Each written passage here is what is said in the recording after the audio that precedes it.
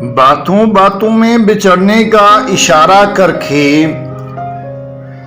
बातों बातों में बिछड़ने का इशारा करके खुद भी रोया वो बहुत हमसे किनारा करके। सोचता रहता हूँ तन्हाई में अंजामे खलूस, सोचता रहता हूँ तन्हाई में अंजामे खलूस, फिर उसी जुर्मे मोहब्बत को दोबारा करके। जगमगा दी हैं तेरे शहर की गलियां मैंने,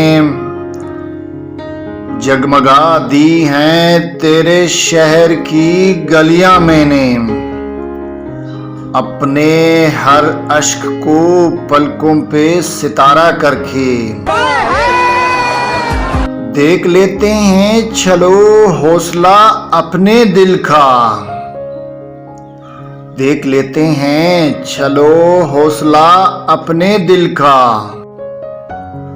और कुछ रोज तेरे साथ गुजारा करके।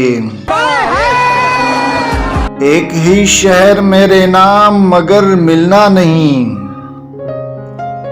एक ही शहर में रहना मगर मिलना नहीं, देखते हैं ये अजियत भी गवारा करके,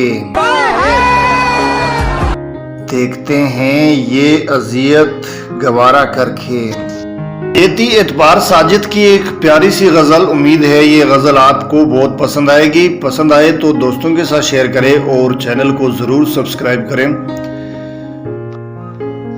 मिलते हैं एक और गज़ल के साथ, मगर तब तक के लिए अपना बहुत सारा ख्याल रखिएगा।